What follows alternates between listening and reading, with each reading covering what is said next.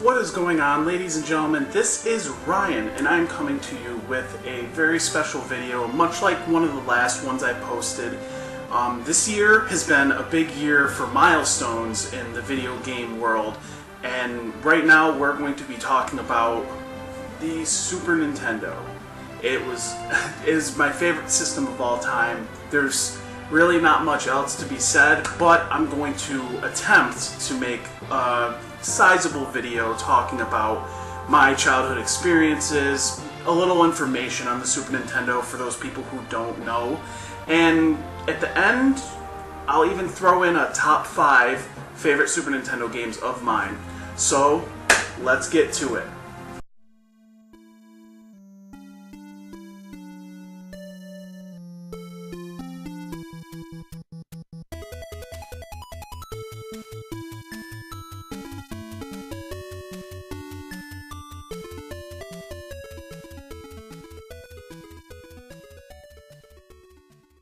The Super Nintendo was released in 1990 in Japan and Korea, and in Japan it was more commonly known as the Super Famicom. In 1991 it finally got released to North America in the United States, and then in 92 in Europe, and then followed South America in 93. Now, it was the best-selling console of the 16-bit era, considering its late release after systems like the Sega Genesis, I almost forgot its name, the Sega Genesis and the TurboGrafx 16. The Sega Genesis was released in August of 1989, and the TurboGrafx 16 was released in August also of 1989. They actually came out around the same time. I believe maybe a week apart from each other, if I can remember correctly. I don't know the exact dates, and you're lucky that I'm able to remember this information. Some of the launch titles that came with this system were Super Mario World, which was often bundled with the system itself. There were other variations that I'm sure most collectors know about, where you saw it was combined with games like Killer Instinct and Legend of Zelda: Link to the Past, and even Donkey Kong Country. Some of the other launch titles that you may know about, though, are games such as Pilot Wings, or SimCity, or Gradius 3. F-Zero was one of the bigger ones, too. The Super Nintendo sold really well worldwide, at selling at about 49 million units, and about 23 of those were from the Americas, North and South, and about 17 in Japan. Those are some really big numbers, making the Super Nintendo the best-selling console of the 16-bit era.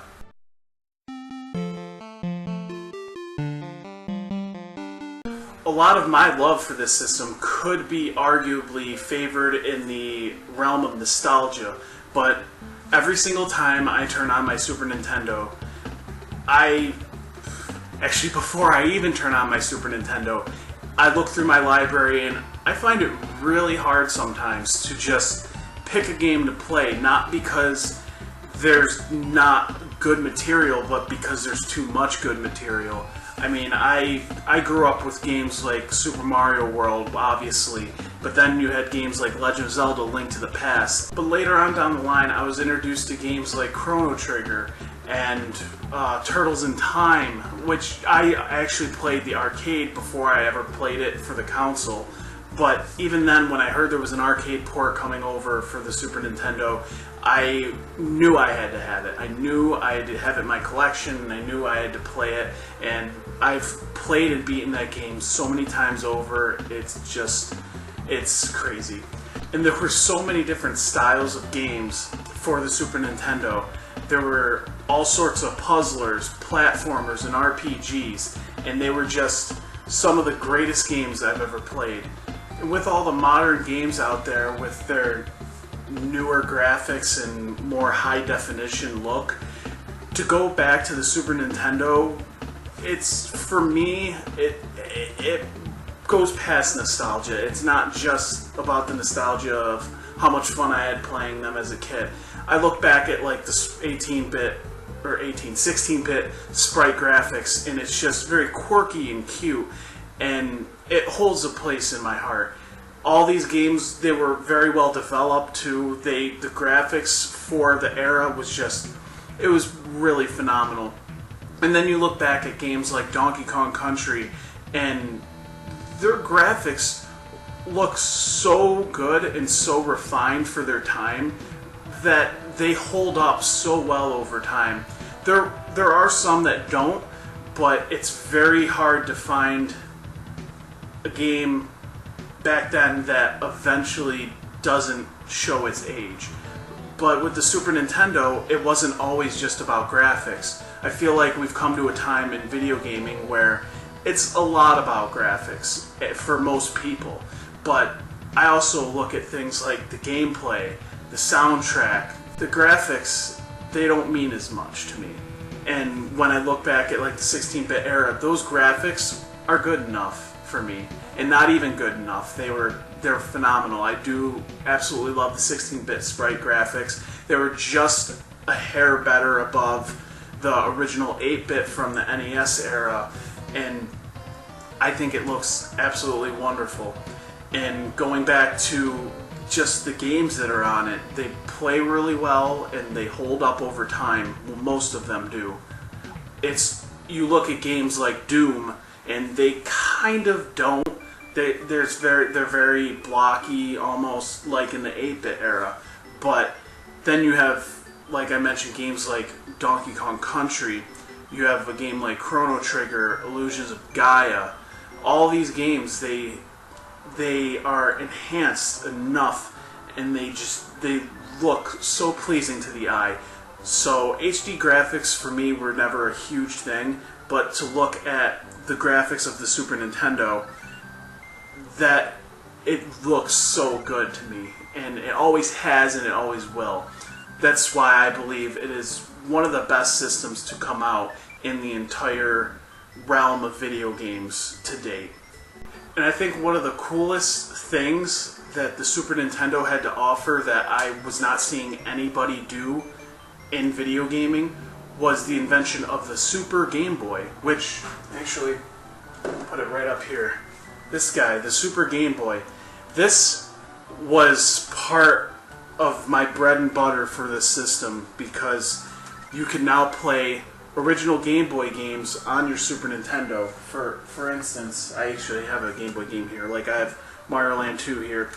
You just pop that sucker right in here, and then you put this cartridge into your system, and it would give you like a cool border that goes around the entire screen.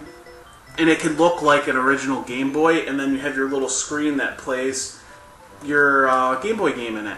And it's just, it was so cool, and it seemed like witchcraft to me. I was looking at this, I was like, I'm playing a Game Boy game on a big screen TV, and I think it made the experience of playing Game Boy games a lot much more fun and cool, especially because the Game Boy was not a system that was known, well, a handheld system that was known for its graphics at all. You always had that like greenish tint when you played, but it was what you had at the time, and it only took 4 AA batteries to make the thing last for, I don't know, 8 hours, 10 hours maybe, and it was what you had. It was your gaming on the go, and as revolutionary as it was, it's pretty dated now. Like for me, this is the way that I played my Game Boy games from back then and even now. I always pop this bad boy in, this super bad boy in, and I always play my Game Boy games on it. And it's just, this is just one of the neatest little accessories I've ever seen in gaming, and it still astonishes me to this day. And now for the moment that at least 3 of the 7 of you watching have been waiting for. I'm going to go over my top 5 list of Super Nintendo games of all time. Now, give in mind that I have not played every Super Nintendo game out there, so there are games out there that I haven't played, or at least extensively enough to make them into favorites. So this is going to be pretty biased as to what I played as a kid, what I've been playing now as an adult, and for the most part, what I have in my collection, which I don't even think I've hit 100 Super Nintendo games yet, unfortunately. But once all is said and done, it's going to be one of my big focuses as far as collecting. Back to the top 5, I'm going to pick my top 5 favorite Super Nintendo games of all time. To start out at number 5, I have to go with Teenage Mutant Ninja Turtles 4, Turtles in Time. This is really an easy choice for me. This, I've mentioned already before, it's just such a good game. I played this in the arcade well before I ever played it on the Super Nintendo. My first experience with a beat-em-up style Turtles game was actually TMNT 3, the Manhattan Project. That was actually a game that I was really looking forward to getting back into my collection, which eventually I did, which I'm super thrilled about. But I'm even more thrilled to have this game because this is on the Super Nintendo, and just everything from the graphics and the music, everything just falls into place. You get lost playing this beat 'em up. And this game doesn't take long. This is actually quite a short game. I've actually beaten this probably in under an hour, which, I mean, I die a few times here and there, but eventually I got into a rhythm and I started doing really good with playing this game. So I can really get through this game in about an hour or so. It's not meant to be a long game by any means, but I can keep going back to this and playing it over and over and over again, and I don't get bored with it. I don't look at it and be like, I've already beaten this, I don't want to play this again. This is one of the examples of the games that just have a long-lasting gameplay value, and the graphics do hold up. They give you that arcadey type style feel to the game, so it does hold up pretty well. Not as much as some others on the system, and definitely better than some others on the system. But this is just one of those games that's all around a great game, and I'm pretty sure I am definitely not alone in putting this in my top 5 for my favorite Super Nintendo games. Now my number 4 for this list, if you've seen any of my pickup videos recently, this was either in the last video I made or the video before, and that is Mega Man X for the Super Nintendo, of course. This wasn't a game I actually beat when I was a kid. I beat it later after I picked up my Wii and I downloaded it to my virtual console. This game, there was just so much to it, and I get engrossed in a game and I just play it and play it and play it, and I don't necessarily beat everything. Especially when I was a kid, there was a lot of great attachments and like your sub-tanks and other moves and weapons that you could pick up. Maybe not so much weapons, but there were upgrades to your weapon and your armor and everything like that. There was a lot of things to pick up in this game, and I loved trying to find them all. And it was not the easiest task because we did have the internet, obviously, when I was a kid. It was relatively new. But at the same time, I also had a thing about using it so much. I used it sparingly. I had to get really frustrated with the game before I went to the internet for my solutions for it. It's not to say I didn't, but I also didn't have a guide for this game. I don't even know if they made a guide for this one. I'm sure they did. It would make sense that they did. But just the sprite graphics on this was phenomenal, and just another one of those games that you just get lost in. And for a side-scrolling platformer, Mega Man's really your best place to go. I never grew up with Mega Man in the NES era. This was my first real interaction with Mega Man, and it blew me out of the water. And though I never completed this game by any means, and I never really beat it until I got older, this was still one of those games that I kept going back to and I kept playing, and I just had so much fun playing it. I often did use the code, like the little thing that you type in to get back to where you were before. I've done it, but at the same time, it was rather a difficult game for me as a kid. I wasn't the best at playing video games, and I never claimed to be the best, but I had so much fun regardless of how difficult this game was. I put in hundreds and hundreds of hours as a kid and just as many into my adult life, and like I said, it took me until I was a semi-adult in my 20s before I actually beat this game, and that's why it made my number 4 slot. In my number 3 favorite SNES game is actually right up here. I'm going to block it so you can't see it right away without destroying what I'm doing. Is in fact The Legend of Zelda: A Link to the Past. Now this could be a little surprising for you, and obviously could not be, but Legend of Zelda is one of my favorite series of all time. It's just such an immersive experience. This is like it's not a platform, it's an adventure game on steroids for me, because this has RPG elements in it. You're always picking up stuff and you're upgrading your guy, and it's just such a great experience. This was the first Zelda game I ever played. Eventually I went back and played the original Zelda, and I can see exactly where the inspiration for this game came from, and that only makes me love this game a little more. I love sprite graphics and I love the NES era, but I just love the Super Nintendo era much more, and the graphics for this were so good. It reminds me a lot of Mega Man, but it's top-down view. Everyone knows this game by now, I'm sure. It's such a good game. It's my favorite Zelda game of all time, which you may have seen in my past Zelda video that I made, commemorating 30 years of Zelda, which that's another milestone. This, like I said, this is the year of milestones. But the Super Nintendo Zelda here, Link to the Past, it's so good. The graphics they hold up so well. The music is just so perfect. I love even just walking into a field and hearing that bum bum ba ba dum bum bum bum ba da dum bum. It got me so excited to go out into the world and travel and to just discover all the areas around me. I absolutely love this game to death, and it definitely deserves this third place slot on my top 5.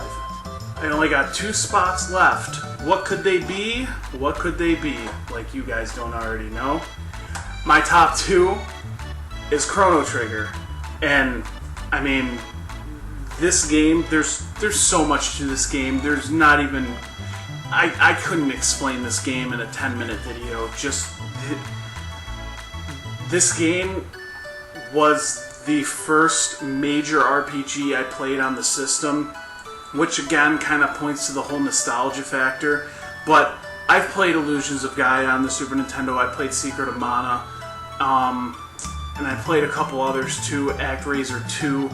I've played RPGs on the system, and just this one, I don't know what it is. Squaresoft had their crap together. They knew how to put together a great RPG.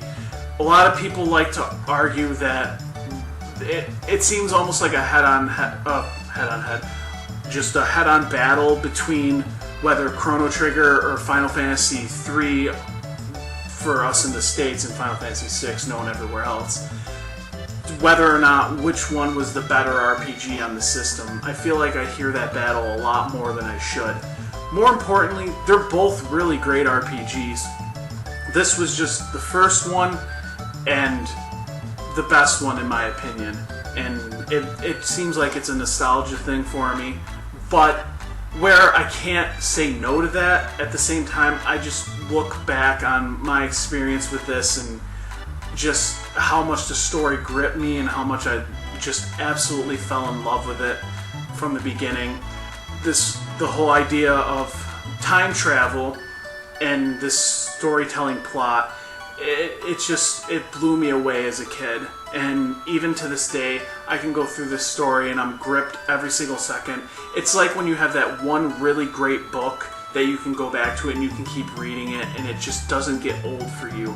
I have that way with most everything when it comes to TV, music, and my video games. And even my books. The graphics on this game hold up super well. The sprite Mega Man X-ish graphics, they were really, really good. I'm not even sure if this one came out around the same time or before or after, but Squaresoft getting together and making this RPG, this is just one of those games that I couldn't imagine not having in my collection and not imagine not playing it when I was a kid. And I mainly have my best friend Adam to thank, because whenever I came over, he showed me this game and said, we should totally play this sometime. And he goes, I want you to play through it. And when I played through it, I just absolutely fell in love with it. And it is more than deserving of my top 2 slot. Top 5. This is my top 5, but this is my number 2 slot in my top 5. Clarify. Now I know you guys are riddled in suspense. You don't know. What's that number 1? What's the number 1 game? You know what it is. It's Super Mario RPG, Legend of the Seven Stars. I feel like I do nothing but talk about this game in my videos. And whenever I make an example to something, and it even remotely, if I can connect it to Super Mario RPG, I usually do it. I can't sing this game's praises anymore. The graphic art style on this game is one that I really have never seen on anything else before. There are some people who will argue that it does not hold the test of time, but you know what? It really does for me. It's the sprite graphics. I absolutely love them in these old RPGs, and there are parts I can even admit that this is not a perfect game by any means. It's certainly perfect for me, though. Everything about this game I absolutely love, even its flaws, and just the musical soundtrack gets me every time. You just feel so connected to the characters. Not to mention, you have your awesome Mario-esque characters. You have your Mario, Peach, and Bowser, which this was actually the first game you could play as Bowser. And as a kid, that can be confusing and blows your mind at the exact same time. So it's like, oh crap! This is just such a great game. It's such a basic RPG too. I think the thing that people tend to give this game a bad rap for is that it's easy. But since when was an easy game not fun? I mean, to be able to just pick up and play this game at any time and to give you this gripping story, that makes this game phenomenal to me. The fact that it was easy. This was actually the first RPG game I ever beat. And I actually knew about this game. Like, I wasn't huge into RPGs before I met my best friend, but this was an RPG I did actually know about before I knew him. And this was a game that I owned when I was a kid for a very brief time. And this is just that one game that I absolutely had to get back into my collection. And my biggest goal when I started collecting was, of course, to get this game complete in box. And it is the best thing that I've done for my collection since I started. And I even got this nice box protector, which I need to buy more of these because I do have some more box games. So it'd be nice to get more of them. But I can't sing this praises anymore. Graphics are great. Musical soundtrack's even better. The gameplay is easy and it's fun. And anybody can pick this game up, which is why I would recommend that if you've never played this game before, you absolutely have to give it a try. And it obviously makes my top 1 of 5 best and favorite Super Nintendo games of all time. So that is it for this video. Thank you guys for watching, and thank you for sticking around if you really did make it this far. If you didn't, I completely understand, and you're not listening, so the people who are watching are wondering why I'm talking like this. So we're going to wrap this one up. If you like this video, please hit the like button down below. Also, comment down below. Give me your top 5 favorite Super Nintendo games. Or just, if the Super Nintendo was not your favorite system, tell me what was your favorite system. And of course, guys, if this is your first video, hit that subscribe button. I love interacting with people so much, and I love you guys so very much. I try to stay interactive. As long as you guys want to talk to me, I'm more than happy to send comments back and to just talk shop with you. And by shop, I mean video games. So, of course, that's it for this video, and until next time, you guys take care.